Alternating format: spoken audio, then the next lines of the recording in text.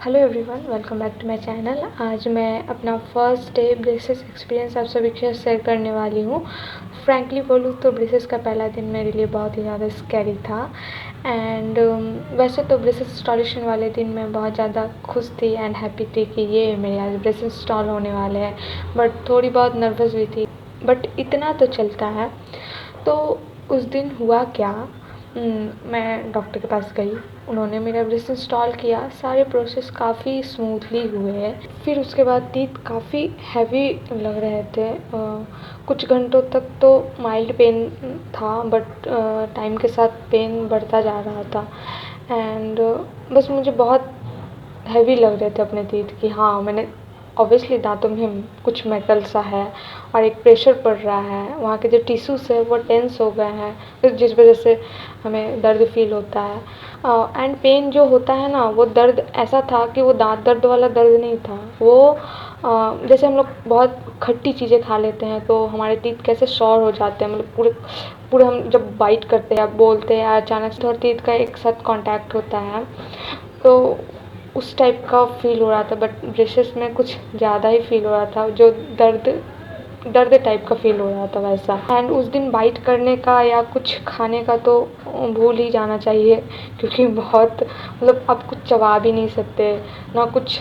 आप सोच सकते हो जब टीथ और टीथ का कांटेक्ट हो रहा है तो जस्ट थोड़ा सा कांटेक्ट हो रहा था, इतना पेन हो रहा है, तो प्रेशर डाल के दांतों पे हम कुछ चबाएंगे तो कितना कैसा हमें फ़ील होगा।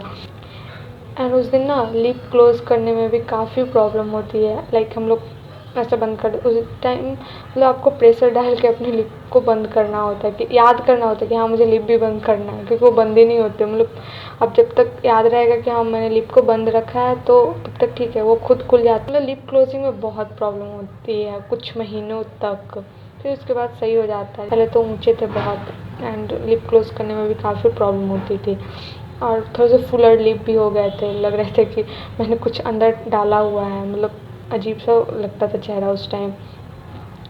फिर मैंने घर आके देन मैंने आके 1 ग्लास ऑफ जूस लिया, क्योंकि मैं कुछ खाने की हालत में बिल्कुल भी नहीं थी, न चबाने की हालत में।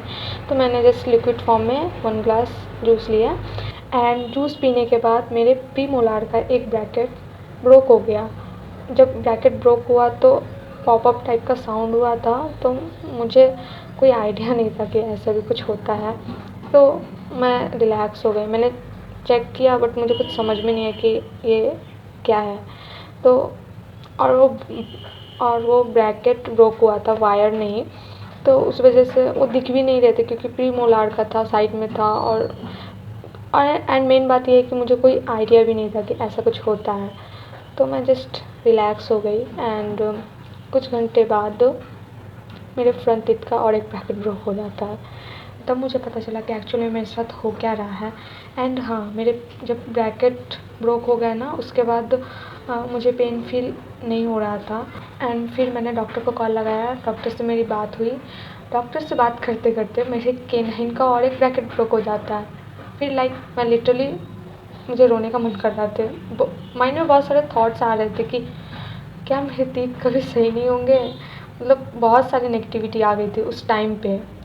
तो फिर डॉक्टर को मैंने बताया, डॉक्टर ने पूछा क्या तुमने कुछ हार्ड फूड वगैरह खाया था, तो मैंने बोला कि नहीं, जस्ट मैंने 1 ग्लास ऑफ जूस लिया। देन उन्होंने बताया कि ये हो जाता है रेयर केसों में, क्योंकि मेरे टीथ जो थे बहुत ही क्राउडेड थे, एंड आगे पीछे थे, एंड टेढ़े भी थे बहुत। तो उस वजह से ज़्यादा प्रेशर पड़ने की वजह से वो ब्रैकेट एक ब्रोक होने के चांसेस होते हैं। एंड दूसरा ये भी कि जब ब्रैकेट जो इंस्टॉल करते हैं ना, ब्रेसेस जब इंस्टॉल करते हैं, तो अगर हमारे टीथ अच्छे से ड्राई नहीं हुए रहते, उसके निकलने के चांसेस रहते हैं। दोनों केस में से कोई एक रीज़न ज़रूर होगा, तभी मेरे साथ ऐसा हुआ।